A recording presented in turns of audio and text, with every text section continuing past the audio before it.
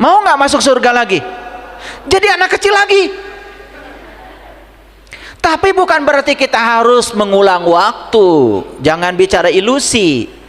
Kita kembali menjadi seperti anak lagi. Tidak merasa punya apa-apa walaupun punya. Tidak merasa tahu apa-apa walaupun sekolahnya tinggi. Tidak merasa bisa apa-apa walaupun keterampilannya banyak. Tidak merasa siapa-siapa walaupun pejabat. Keren. Baru jadi RT aja, waduh. Biasa duduk di mana aja nyaman, sekarang harus pakai kursi paling empuk tuh. Betul nggak? Susah. Susah nggak? Enak nggak duduk kayak gini? Enak kan? Kenapa bisa duduk bebas? Ketika kita melepaskan semua atribut-atribut kepalsuan kita. Ingat ya, jadi pejabat, jadi siapa, gak lama. Jadi anggota DPR, jadi anggota DPR, gak lama. Gak lama. Jadi yang kedua, ciri manusia asli itu tidak lagi bergantung pada validasi orang lain. Tidak selalu semua orang harus setuju pada kita. Enggak penting. Ciri yang ketiga, memiliki pemikiran yang terbuka dan tidak mudah terpengaruh. Bapak Ibu, coba rasakan ketika pemikiran kita sempit. Betul nggak? Hasilnya apa? Merasa paling benar, merasa paling soleh. Betul nggak? Merasa jalannya paling hebat. Lalu yang dikerjakan kita apa? Menyalahkan orang lain. Dikira menyalahkan orang lain itu bagus? Banyak konflik. Mampu melihat berbagai sudut pandang. Lihat saya semuanya. Ketika kita melihat dengan satu sudut pandang sempit, marah, kesel. Tapi begitu kita melihat dengan sudut pandang yang luas, ternyata nggak ada masalah. Betul nggak? Orang tidak bayar utang sama kita, janji hari Senin, pas Senin tidak bayar. Kalau sudut pandangnya sempit, wah jangan-jangan dia ada niat kabur nih, tuh sempit. Ketika ditelepon, kemudian dia nangis, mohon maaf, uangnya belum terkumpul hari ini, saya sedang masih berusaha. Saya doakan kamu dapat rezeki yang berlimpah. Udah nggak usah dipikirin, saya percaya sama kamu, besok-besok juga kamu pasti bayar kalau sudah ada. Kan kita tenang, dia juga tenang. Betul nggak? Gitu, karena sudut pandang kita luas. Oh, jangan-jangan dia tidak bayar utang bukan karena tidak mau bayar, belum ada duitnya. Kalau sudut pandang luas kan jadi enak, tenang. Tidak mudah terjebak dalam penilaian yang sempit, tidak mudah dipengaruhi oleh pendapat orang lain. Lihat orang yang sempit, dikasih racun pemikiran sedikit saja sudah berubah. Jadi ciri yang pertama, hidupnya memiliki tujuan yang jelas. Dua, tidak bergantung validasi orang lain. Tiga, memiliki pemikiran yang terbuka dan tidak mudah terpengaruh. Tiga aja dulu. Sudah punya belum? Udah punya belum? Hah? Sudah punya? Alhamdulillah. Ya, sudah mendekati asli. Bertanggung jawab atas keputusan dan tindakannya. Tidak pernah merasa sebagai korban, tidak pernah menyalahkan pihak lain. Sadar akan dampak dari setiap keputusan dan tindakan yang diambil, tidak lari dari segala konsekuensi. Jadi kalau berani memutuskan begini, berani mengambil pilihan, ingat, di setiap keputusan pilihan itu pasti ada konsekuensi yang mengikutinya. Dia bertanggung jawab atas semua konsekuensi itu. Itu manusia asli. Memiliki ketenangan dalam menghadapi situasi apapun. Mampu tetap tenang, berpikir jernih dalam menghadapi berbagai tantangan dan masalah yang muncul dalam hidup. Karena dia tahu tidak ada satu kejadian pun yang terjadi tanpa alasan. Semua kejadian hadir ada alasannya. Dan yang punya alasan semua kejadian terjadi hanya Allah. Dan kalau Allah yang membuat itu terjadi, dia percaya walaupun dinilai baik apa buruk oleh dirinya, tetapi menurut Allah pasti itu kebaikan kita. Kalau dia percaya, tetap aja tenang. Itu yang namanya hidup mengalir, itu begitu, tanpa perlawanan. Bahkan ketika orang sudah mengalir dalam kehidupannya, ikut tarian semesta, nyaris semua hal datang dalam kehidupannya tanpa upaya. Apa itu bisa? Bisa. Saya sudah membuktikannya.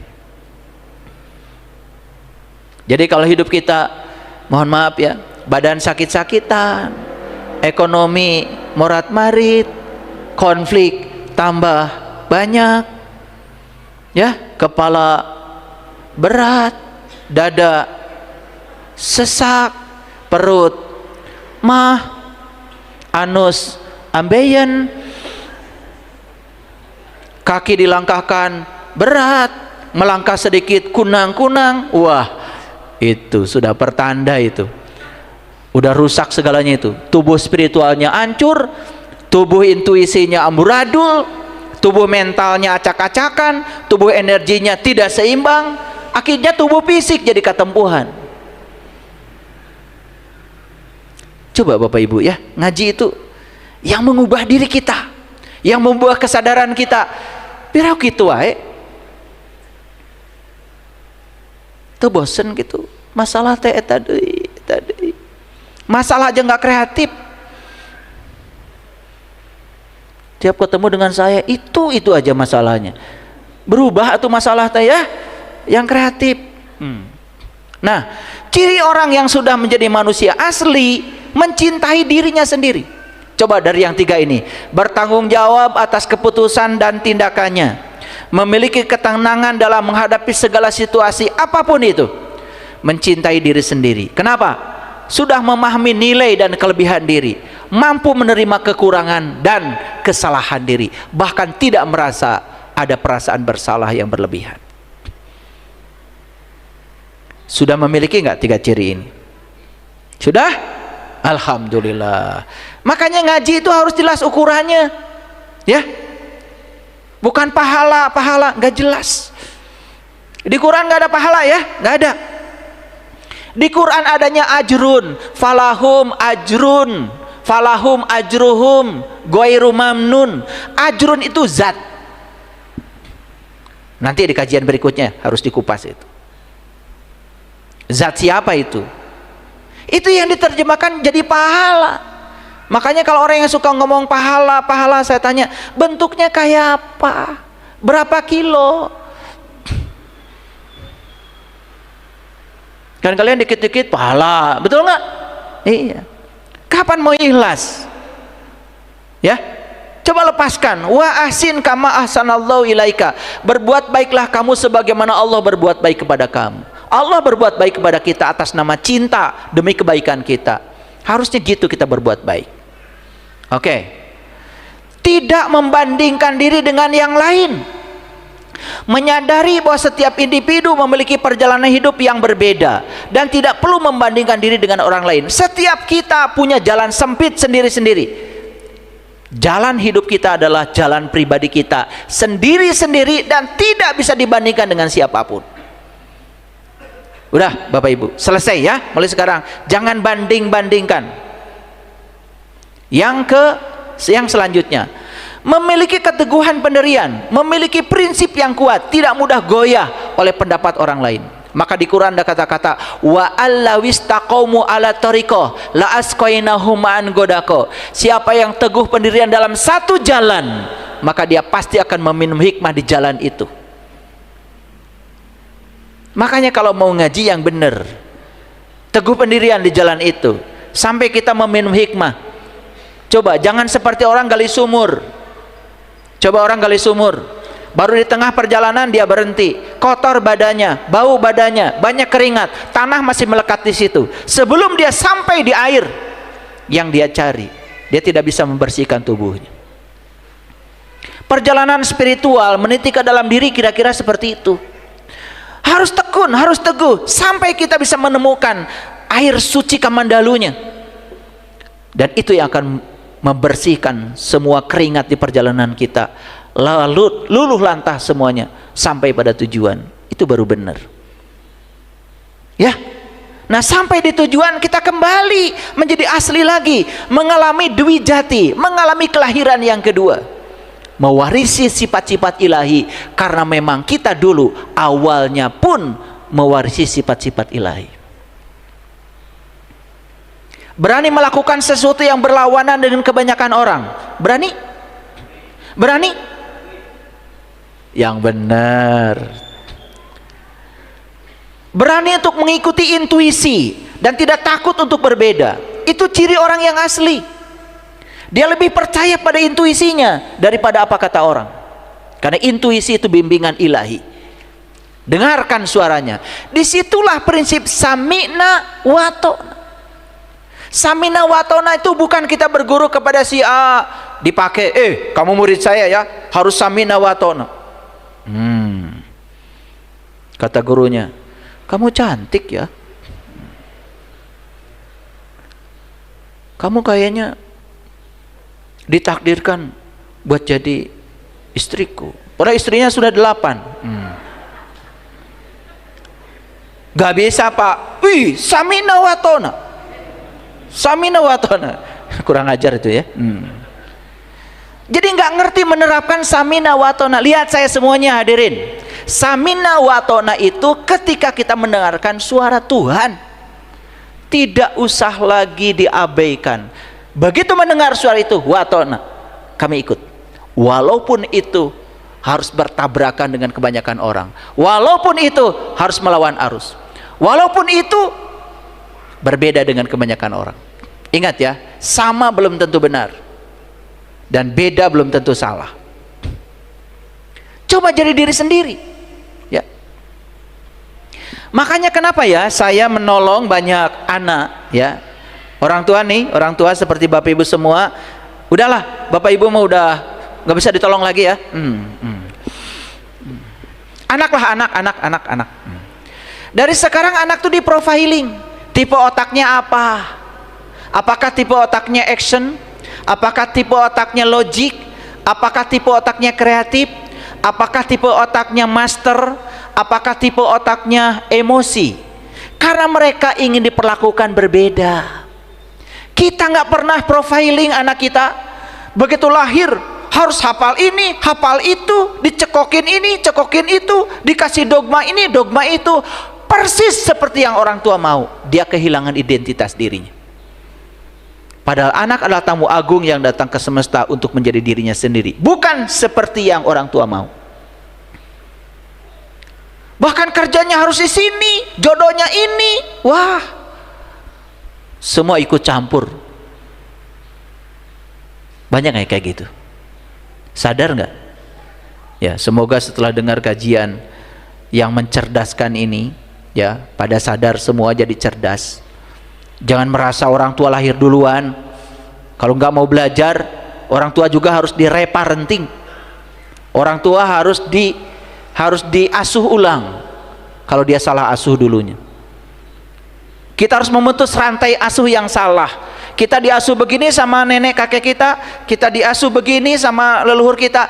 Jangan mengasuh anak kita dengan cara yang sama. Kalau itu tidak bagus, putus rantainya. Satu pertanyaan saya, berani nggak melakukan sesuatu yang berlawanan dengan kebanyakan orang? Berani? Berani untuk mengikuti intuisi? Berani nggak sami'na wa ta'na?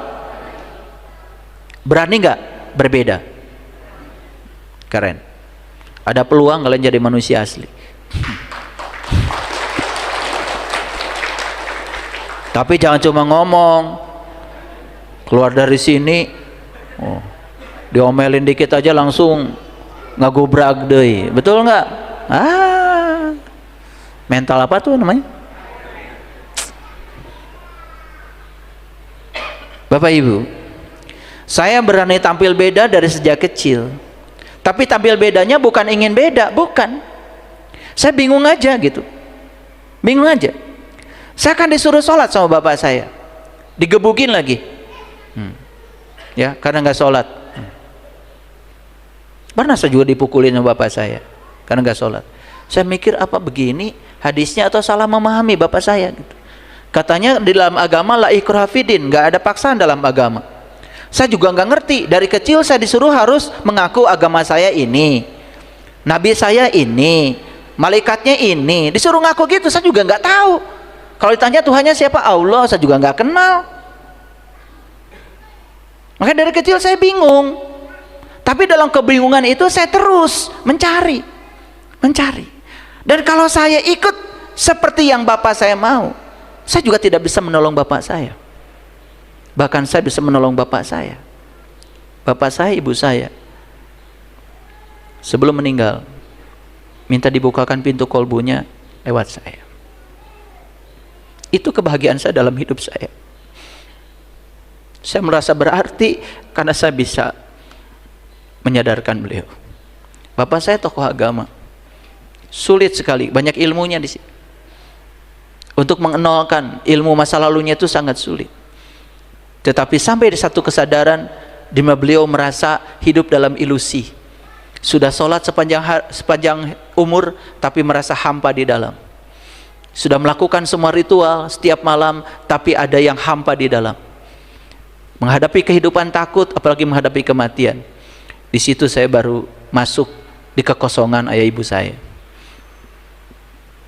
Sampai meninggal pun tidak mau, kecuali meninggal di pelukan saya. Itu kebahagiaan saya.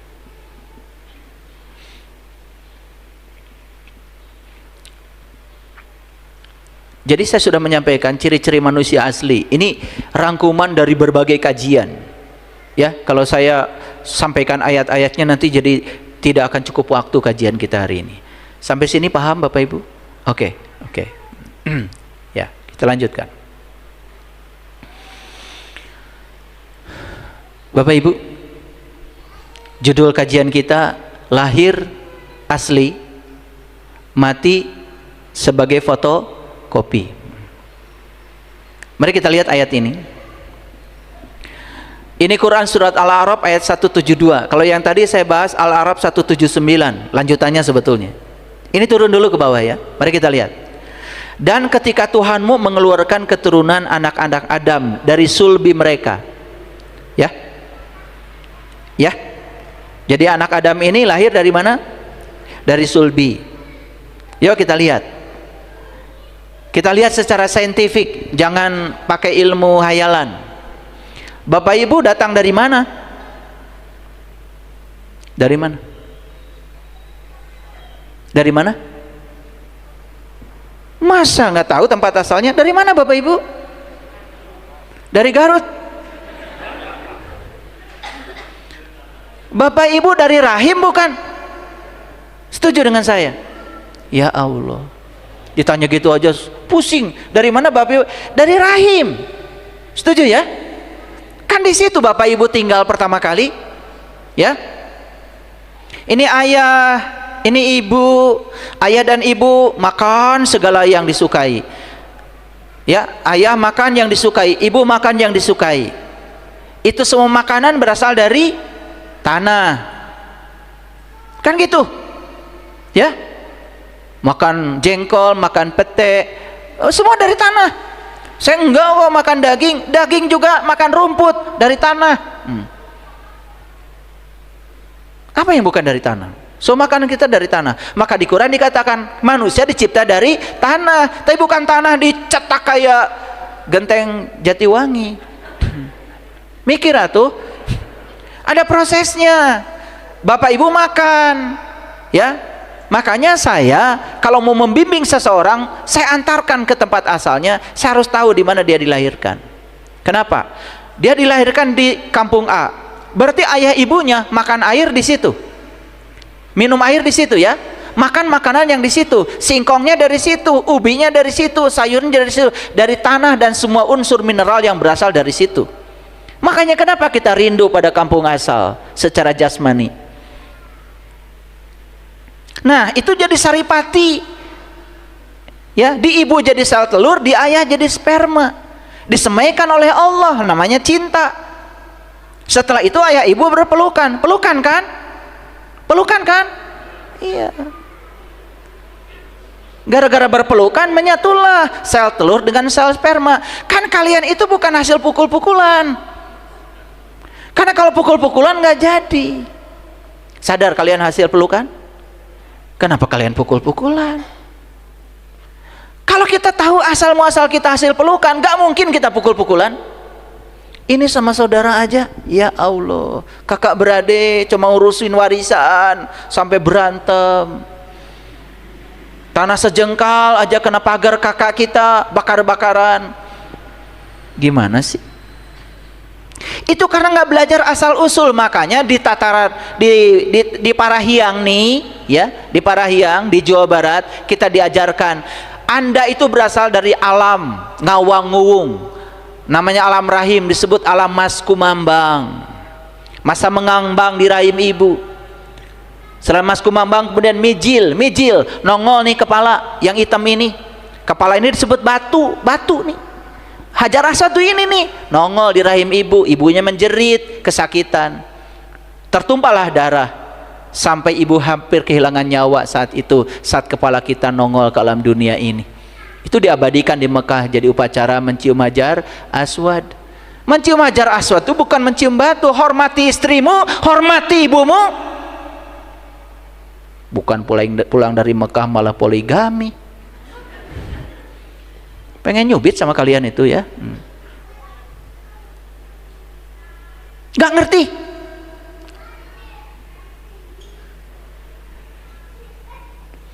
Setelah mijil kemudian sinom, kamu jadi manusia yang lucu asli.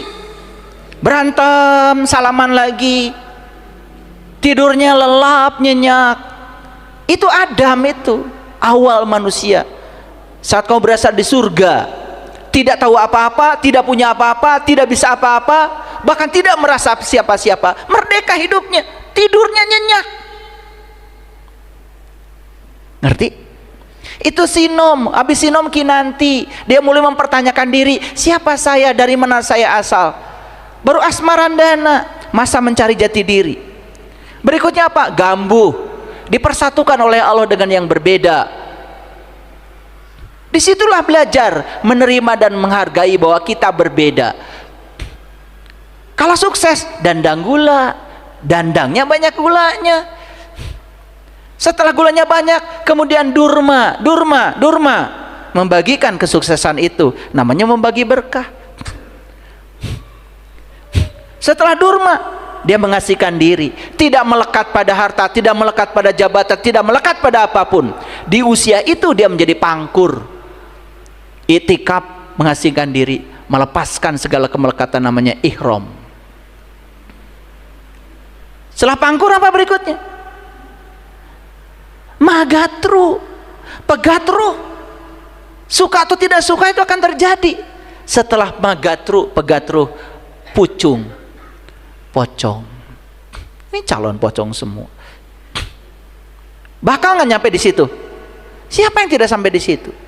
Saya tanya, asal dari mana? Dari Tasik.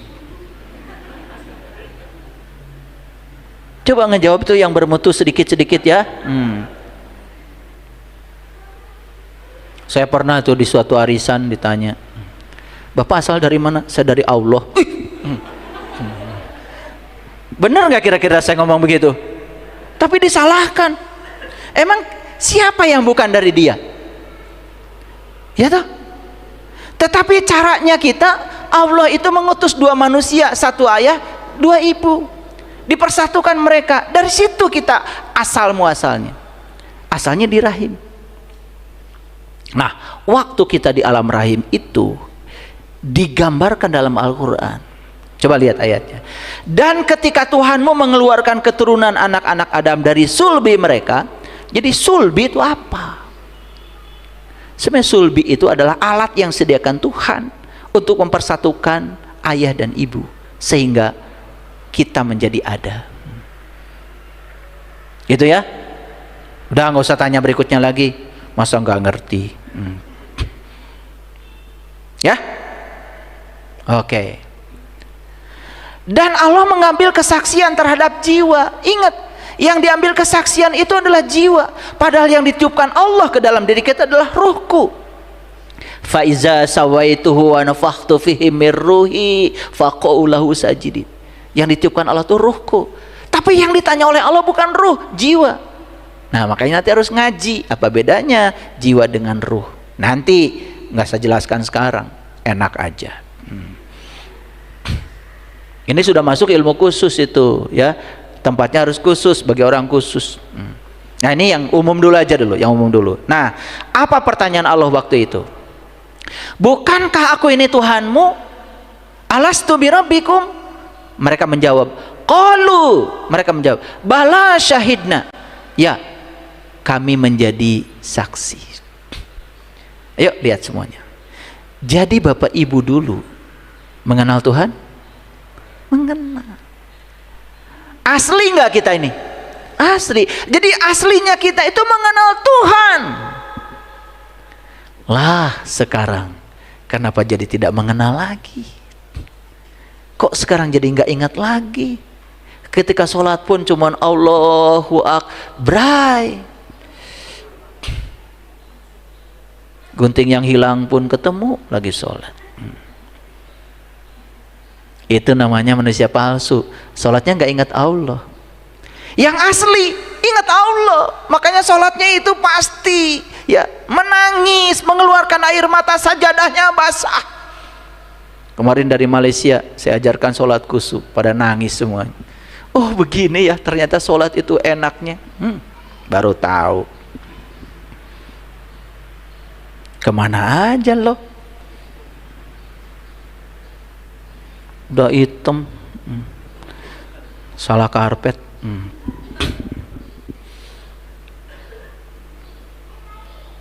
Makanya bekas sholatnya itu jadi nampak. Tarahum ruka'an sujadan yabtaguna fadla minallahi waridwana. Bekas ruku dan sujud nampak di wajahnya. Wajahnya jadi menyenangkan, wajahnya penuh persahabatan. Bukan nampak di sini, gampang gosok aja. Ya, serem.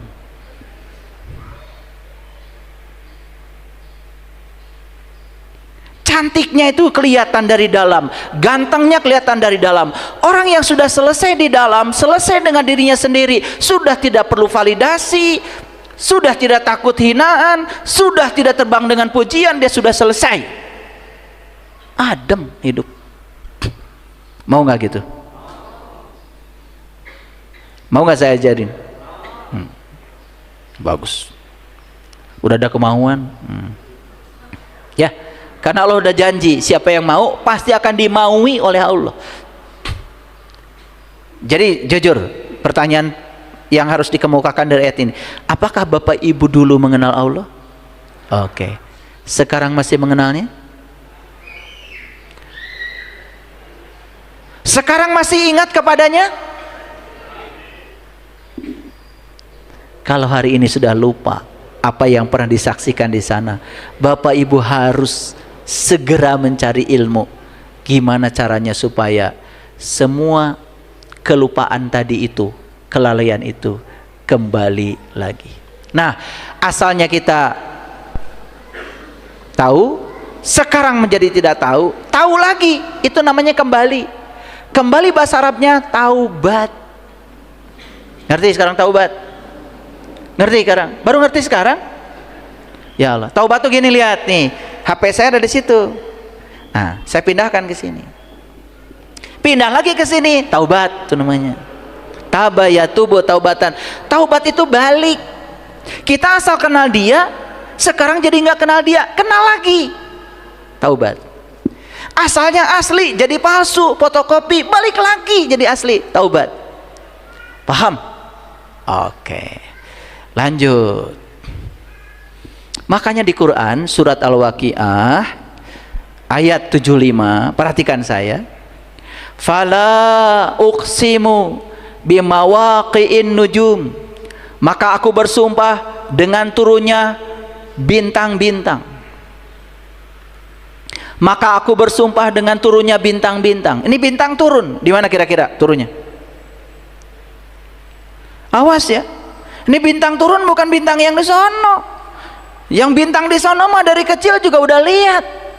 Makanya kalau di Quran perjalanan Isra Mi'rajnya Nabi Muhammad diabadikan dalam satu surat, namanya surat An-Najm. Isra-nya di Quran surat Al-Isra, Mi'rajnya di Quran surat An-Najm. Makanya ada kata-kata walaqad ra'ahu nazlatan ukhra inda sidratil muntaha indaha jannatul ma'wa id yagsha sidrata ma yagsha. Saat beliau menerobos menyaksikan bintang-bintang, bukan bintang di langit yang luar, bintang di langit yang terdekat. Nanti saya tunjukkan ayatnya. Pernah dengar nggak Nabi Ibrahim melihat bintang, melihat bulan, melihat matahari? Setelah selesai semua penglihatannya, beliau mengatakan, inni wajjahtu wajhiya lilladzi fataras samawati wal ardh hanifan wa ma ana minal musyrikin. Setelah selesai mengalami itu semua, aku tidak termasuk orang yang musyrik lagi.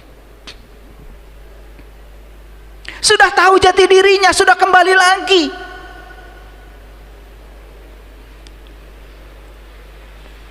Makanya di ayat selanjutnya perhatikan, fala uqsimu bimawaqi'in nujum, maka aku bersumpah dengan turunnya bintang-bintang.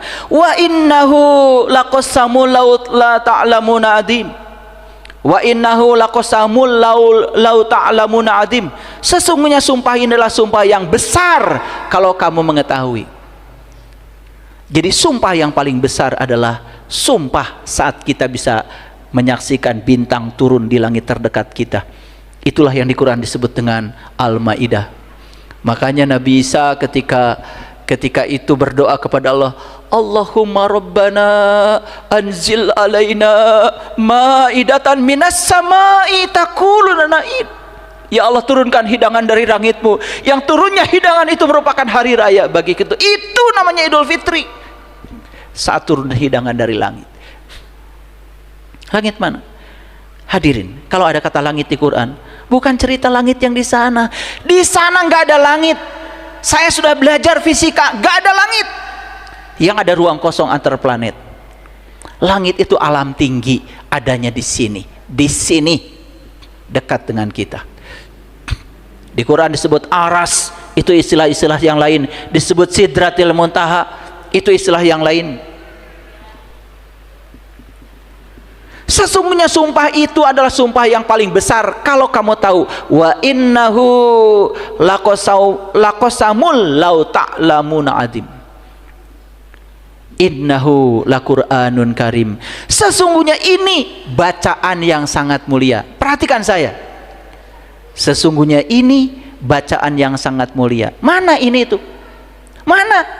Bacaan yang mulia mana? Ini bukan tulisan. Bukan tulisan. Saat kita bisa mengalami pengalaman spiritual, menyaksikan dengan penglihatan kolbu, saat itulah kita sedang membaca bacaan yang mulia. Makanya Quran dikata qara'a, yaqra'u Qur'anan. Quran itu bacaan. Dan Quran yang sejati bukan yang tertulis, tapi Quran yang sejati adalah dia itu sendiri, yang awal sekaligus yang akhir. Beruntung kalau sudah bisa begitu, nyampe di situ. Ini adalah bacaan yang mulia, fi kitabim maknun. Bahkan ini hanya diletakkan pada kitab yang terpelihara. Makanya orang-orang bijak mengatakan kitab suci tertua yang ditulis oleh Tuhan dengan tangannya sendiri adalah tubuhnya manusia. Paham? Paham sekarang? Mana kitab? Mana kitab? Makanya kata Quran, Iqra kitabaka, baca kitabmu, kitabmu, kitabmu, kitabmu. Perintah di Quran jelas sekali. Yang harus dibaca adalah kitabmu, bukan kitab yang lain. Kitabmu, kitabmu, kitabmu. Di situ ada bacaan yang mulia. Clear? Wah, terlalu jelas ini kuliah. Mahal ini kuliah. Gak apa-apa, saya bagikan mumpung saya masih ada. Saya sempat bersembunyi dulu, tidak mau berbicara ini. Tapi guru-guru saya mengatakan, kamu tuh egois. Kamu diberi pemahaman hanya buat diri kamu sendiri. Saya juga takut dulu, takut berbicara ini, karena ini akan berbeda dengan kebanyakan orang. Walaupun ini kebenaran, tetapi sekarang saya tidak takut lagi. Saya sudah jadi manusia asli. La yamassuhu illal mutahharun, tidak bisa menyentuhnya kecuali orang-orang yang suci. Maaf Bapak Ibu, bisnisnya kotor, pikirannya kotor, usahanya kotor, kata-katanya kotor, sikapnya kotor, spiritualnya kotor, gak bisa menyentuh ini. La yamassuhu illal mutahharun, tidak ada yang bisa menyentuh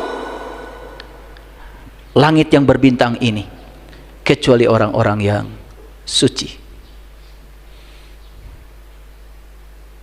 Bapak Ibu, orang yang kotor, tukang tipu, tukang fitnah, bisa nggak pegang Al-Quran?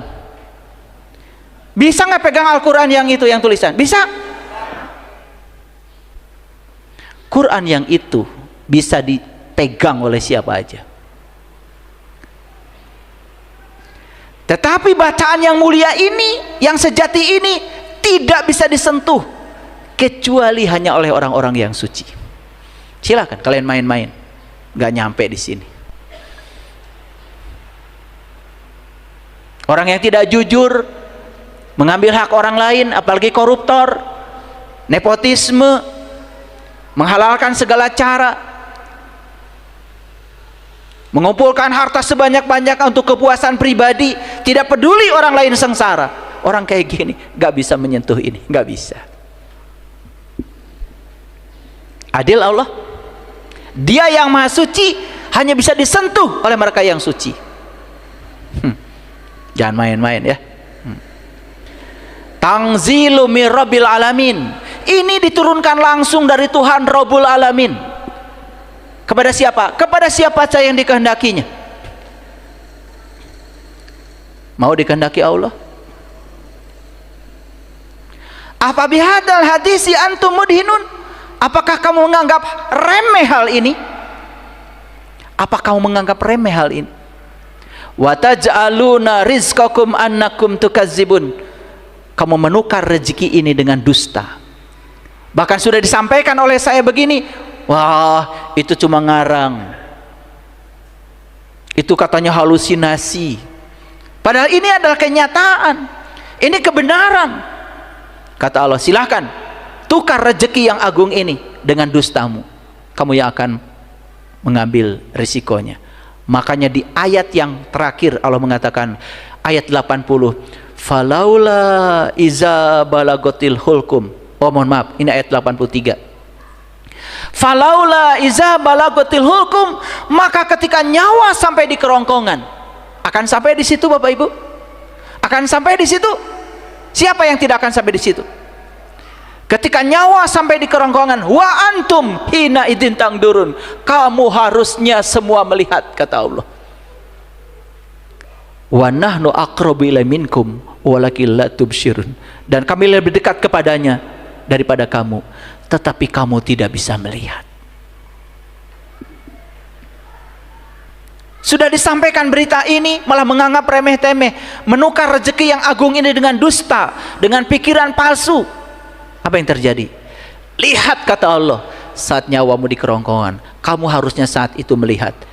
Aku lebih dekat kepada kamu, tapi kebanyakan manusia saat itu tidak melihat, buta, tidak bisa pulang.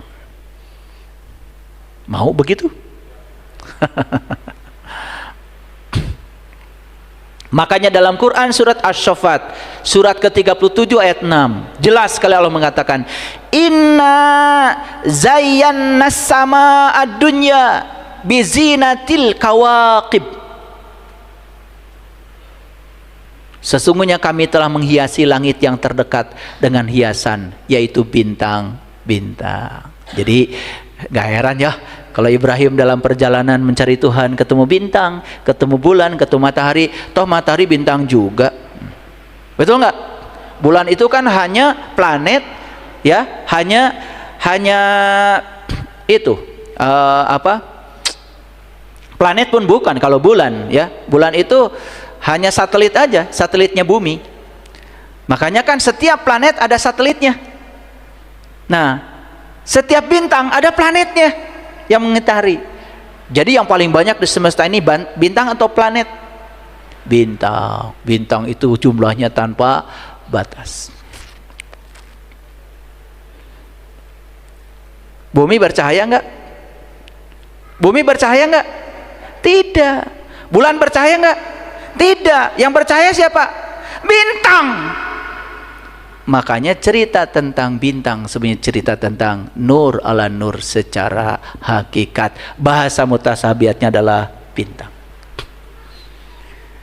Sesungguhnya kami telah menghiasi langit yang terdekat dengan hiasan, yaitu bintang-bintang. Mau melihat hiasan itu? Makanya kalau kita lihat bintang malam-malam terasa damai. Padahal itu sebetulnya dejavu. Kita pernah melihat itu, tapi entah di mana. Makanya orang pergi ke puncak, pergi ke Dago, lihat lampu.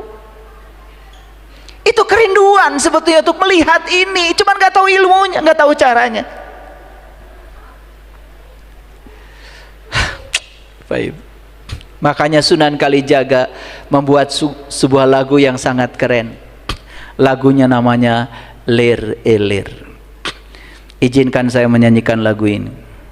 Kalau suara saya fales-fales karena saya memang bukan penyanyi. Tapi perhatikan kata-katanya. Lir elir, lir elir, tandure sumilir, ta ijo royo-royo, ta sengguh temanten anyar, ta sengguh temanten anyar. Bocah angon, penek no blimbing kui, lunyu penek no kanggo basuh dodo tiro,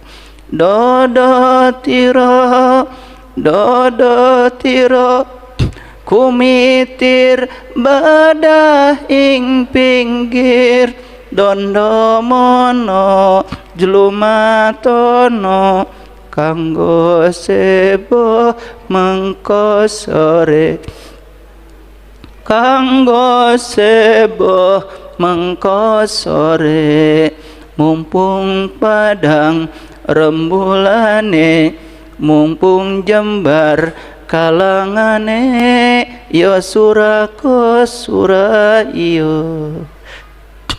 Bagus nggak suara saya? Oh, tepuk tangan dong. Saya kalau nyanyi lagu ini pengen nangis. Cuma kalau nangis tadi saya nggak nahan nangis, nggak selesai nyanyi. Kalau lagu ini adalah pengalaman Sunan Kalijaga. Kalijaga, jaga kali. Kali itu apa? Kali itu surga. Jannatin tajri min tahtihal anhar khalidina fiha. Itu cerita perjalanan spiritual beliau. Makanya sini ada kata-kata penekno blimbing kui. Bocah angon penekno blimbing kui. Panjat pohon blimbing, pacat pohon blimbing. Blimbing apa? Bintang. Cuman sama beliau diplesetkan. Bintangnya jadi blimbing. Kita disuruh memanjat pohon blimbing. Mana pohon blimbing? Kalau di Quran namanya pohon zaitun. Kalau Sunan Kalijogo bilangnya blimbing kui.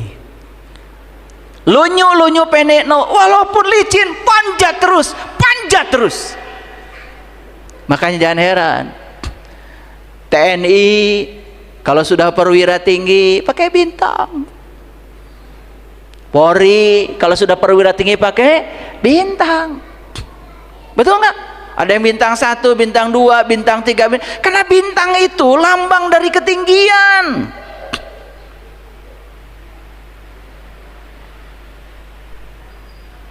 Pernah nggak ada yang dengar lagu ini? Sedih nggak tadi saya dengar? Sedih? Ada getarannya?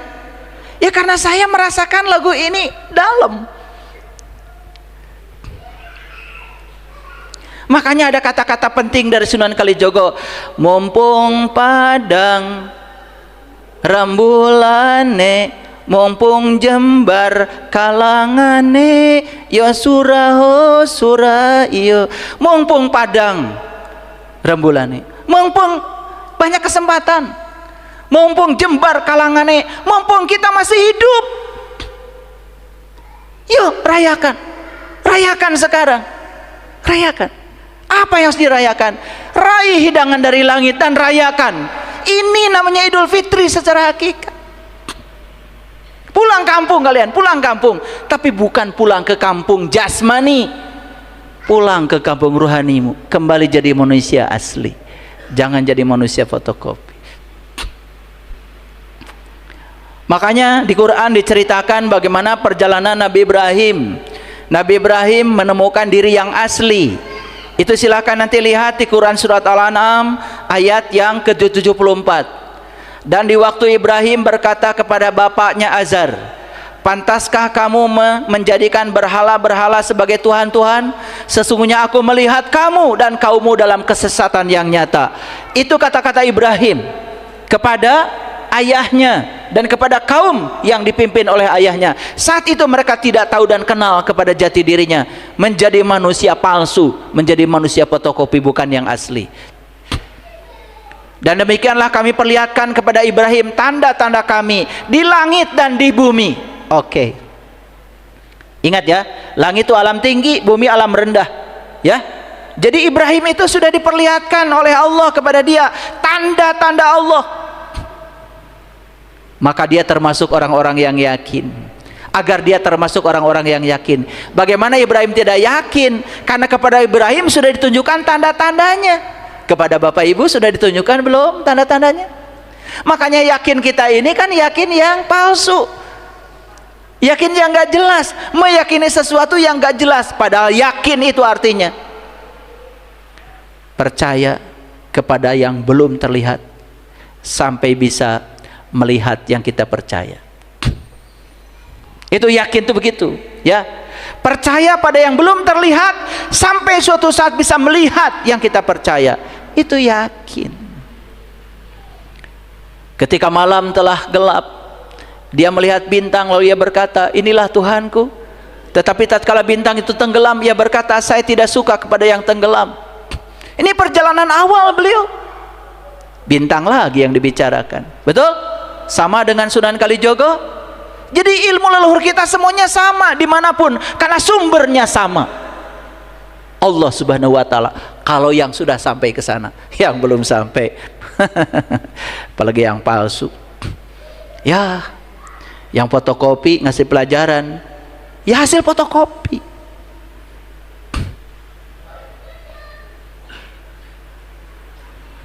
Kemudian tatkala dia melihat bulan terbit, dia berkata, inilah Tuhanku. Tetapi setelah bulan itu terbenam, dia berkata, sesungguhnya jika Tuhanku tidak memberi petunjuk kepadaku, pastilah aku termasuk orang-orang yang sesat.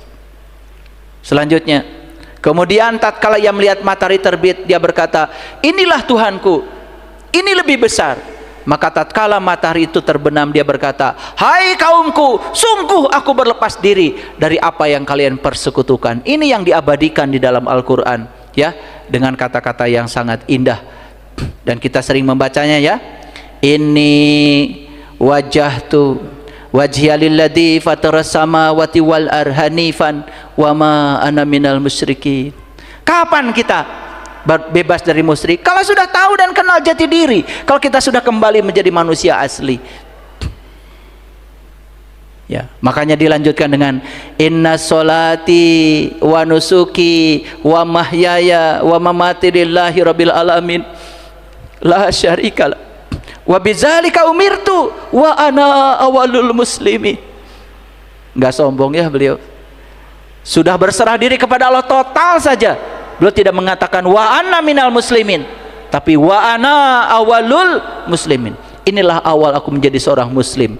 Jadi muslim itu bukan sekedar mengaku beragama Islam, tapi muslim itu adalah orang yang sudah bisa Islam, pasrah total kepada Allah, menjadi manusia asli, tenang, tentram, damai, bahagia, suci, bersih, indah, mulia. Setelah selesai kajian ini, Bapak Ibu tahu apakah kita asli atau palsu. Kalau kita sadar bahwa kita masih palsu hari ini, yuk kembali bertaubat menjadi yang asli. Kalau sudah jadi manusia asli, Bapak Ibu, saya tidak menjanjikan apa-apa, tetapi saya mengalami betapa nikmatnya hidup. Masalah tetap ada mungkin, tetapi kita tidak terjebak oleh pasang surutnya masalah. Kita tetap damai dan tentram di dalam, tidak pernah terkena turbulensi yang di luar. Terima kasih. Assalamualaikum warahmatullahi wabarakatuh.